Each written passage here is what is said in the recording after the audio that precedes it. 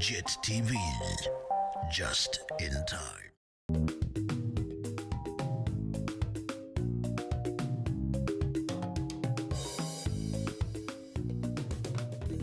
Sanibonani babukele emakhaya, a very warm welcome to JIT-TV News, where we bring you nothing but politics, business, sports and entertainment all in one experience. Igama lami Andile Gugulethu, intombi yakwaCindi uMahlaba. Let's take a quick look at your headlines for today. Early morning earthquake shakes Gauteng. Zimbabwe urges closer to methane gas extraction. Nigeria's president urges a patient after fuel subsidy upheaval. Ex-Cheaper United coach gunned down.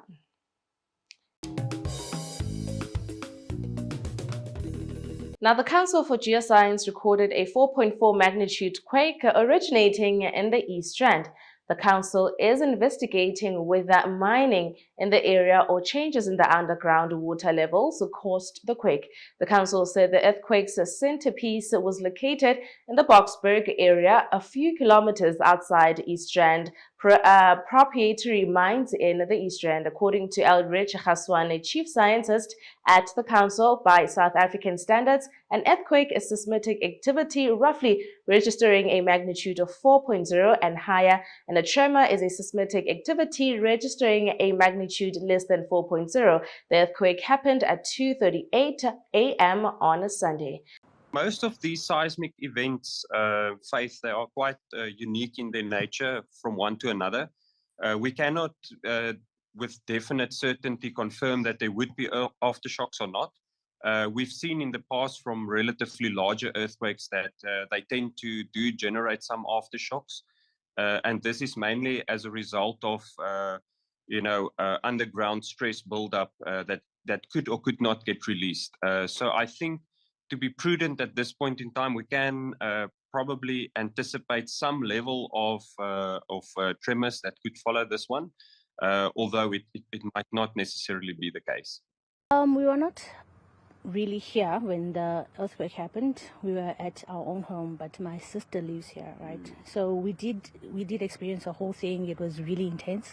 So we came here to find that the building is totally destroyed, and now we are currently struggling because we can't remove the furniture from the inside of the house. The whole house is cracked. We're scared that it might cave in. We have little children running around. We don't have any assistance. It's really not safe for anyone. So we're just standing outside. They've been out since 2 in the morning. They had to sleep outside, literally, with children. So it's very uncomfortable for everyone. It was a case of waking up and the whole house was vibrating. Don't even think I used my hands to actually get up. And just waiting for something to happen with the kids, start crying. They were fine. But the whole house was rattling. Dogs went bananas. And we heard it vibrating right through the house. It was so scary. I didn't see anything, but I had.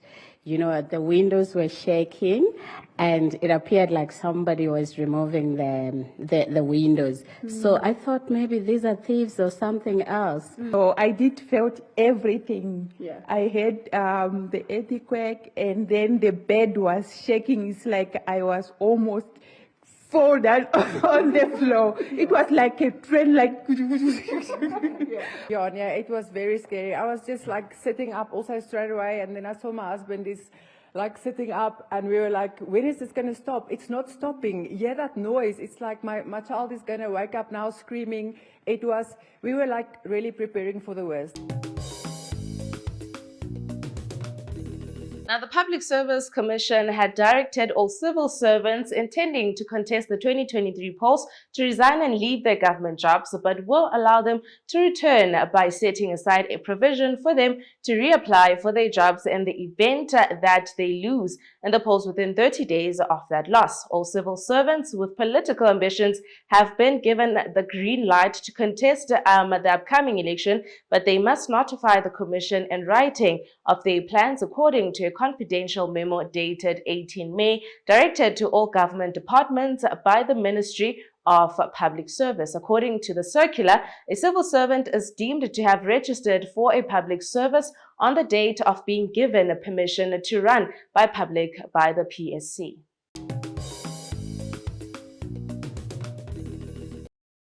JIT-TV, just in time. Building the brand. This is where you have to be to get where you want to be. Exploring companies and businesses that are thriving and leading is what we are all about.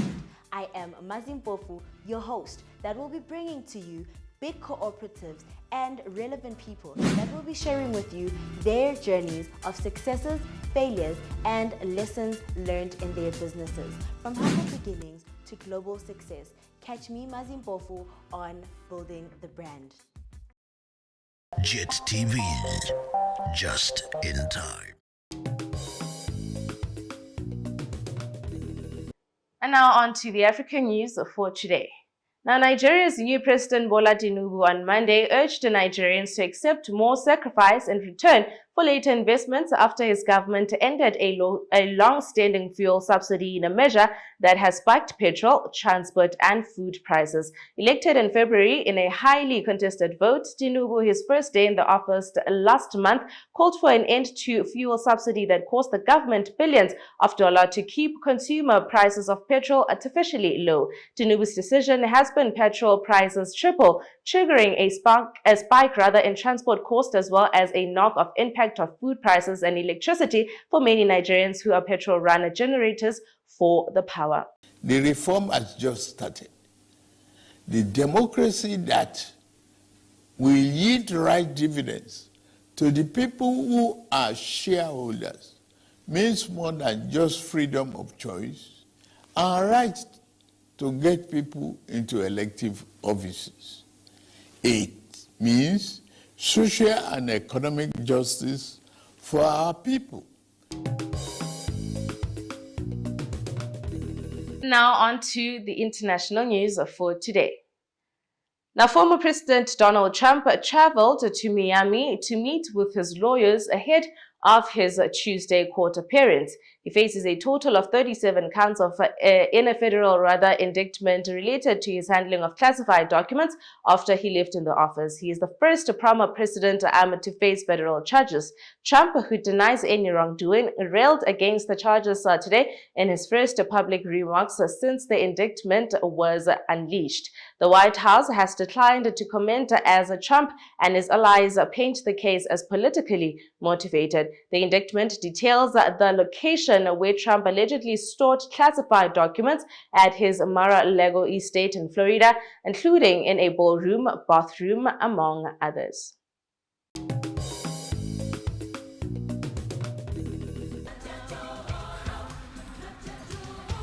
Now, the Gold Mafia documentary became televised on the Al Jazeera channel. Nonsensical documentary, a racist propaganda tool. They have a right to sell their gold anywhere.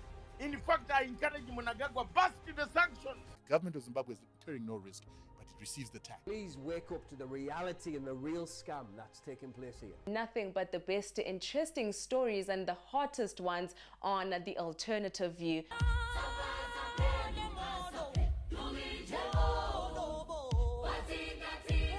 The revolution shall be televised. And now on to the business side of news for today. Now, one of the 6 investors awarded special grants by government to prospect for coal-bed methane gas in Matabeleland North has made a significant progress and is inching closer to tapping the resource, an official said. In 2020, the government issued special grants to 5 investors, which is earned by Chinese steel giant Sinosteel, to explore and tap into clean energy for electricity generation in Lupane, Gwai, and Wange. Mines and Mining Development, Deputy Minister Dr. Polite Kambamura said the Alabara resources had finished phase 1 of confirmatory drilling and is now going into phase 2, which entails mine development. Now, the government, through the Ministry of Lands, Agriculture, Water and Rural Development, says it will leverage modern technology to drive the rollout of smart agriculture initiatives to boost national food security status and accelerate economic growth, a senior official said. Smart Agriculture Initiative entails the use of modern technology to improve agricultural efficiency, sustainability, and productivity. The process include precision agriculture, which involves the use of instruments that use data analytics to monitor weather patterns, soil moisture levels to determine the best time to plant, irrigate, and harvest crops.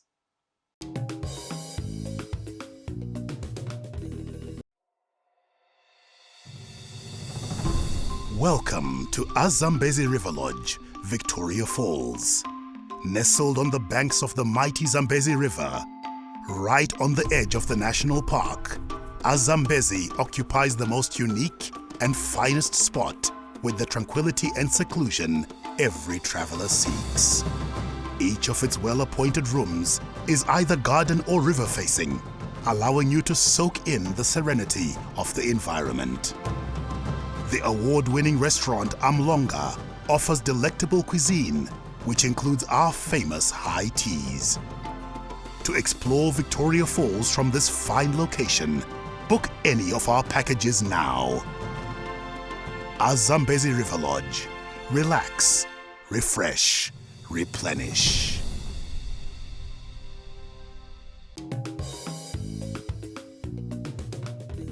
And now on to your JIT-TV News weather report.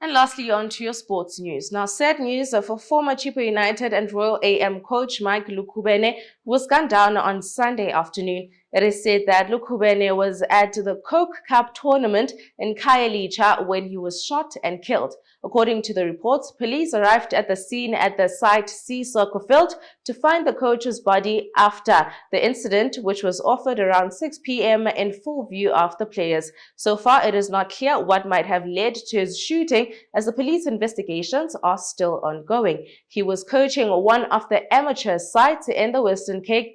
Lukhubene also graced the just-ended SAFA ABC Motsepe League national playoffs with his presence held in Pietermaritzburg. And that is all from me to you. A huge thank you for joining me tonight. As always, kindly please comment and follow us to all our social media platforms at Twitter, Facebook, and Instagram, or rather you can go to our website at www.JIT-TVzw. Signing out, it is Andile Gugulethu Intombi Awaqindu Mahlaba. Have yourselves an amazing day.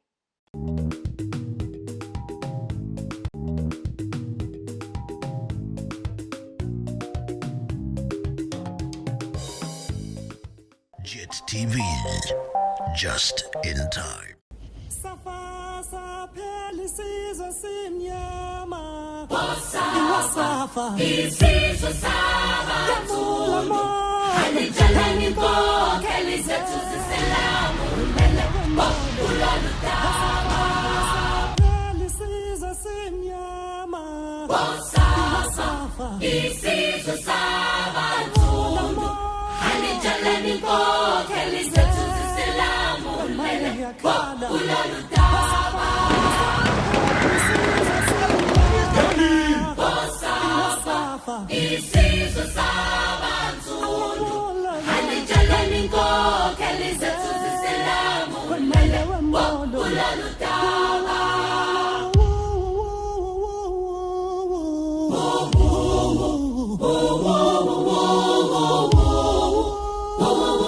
The revolution shall be televised.